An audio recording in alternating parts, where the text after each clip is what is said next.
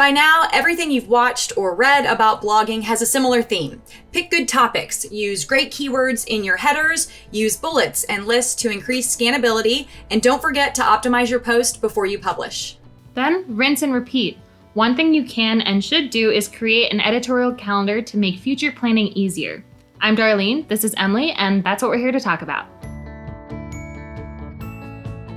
Editorial calendars are a crucial tool in the content creation process, from keeping track of your blogging schedule, to blog post ideas, to holidays which might influence your blog topics. It's more than just a calendar. It helps you develop your blogging strategy. So let's break it down, starting with your blogging schedule. How often do you want to post on your blog? Once a week? Every other week? Once a month? There's no wrong answer here. It's all about picking a schedule for consistency and sticking to it.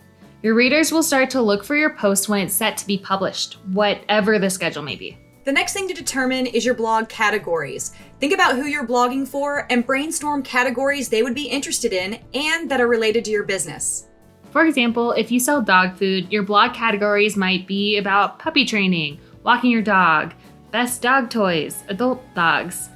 Really, anything that people with a dog would be interested in. Once you have your categories, then you're ready to brainstorm blog post ideas. Sticking with the dog food company example, here are some ideas for posts in the puppy training category. Tips for potty training your puppy, how to get your puppy to sleep at night, or how to crate train your puppy. These blog posts aren't about selling dog food, but they provide interesting and useful information to potential customers because people who have a puppy need dog food, right? See where we're going? The next thing you should do is identify holidays, special events, or topics specific to what you sell or do. Write down holidays that might influence your customers and your blog topics. For example, Memorial Day weekend is a great weekend for camping, so maybe you write something about how to camp with your pet.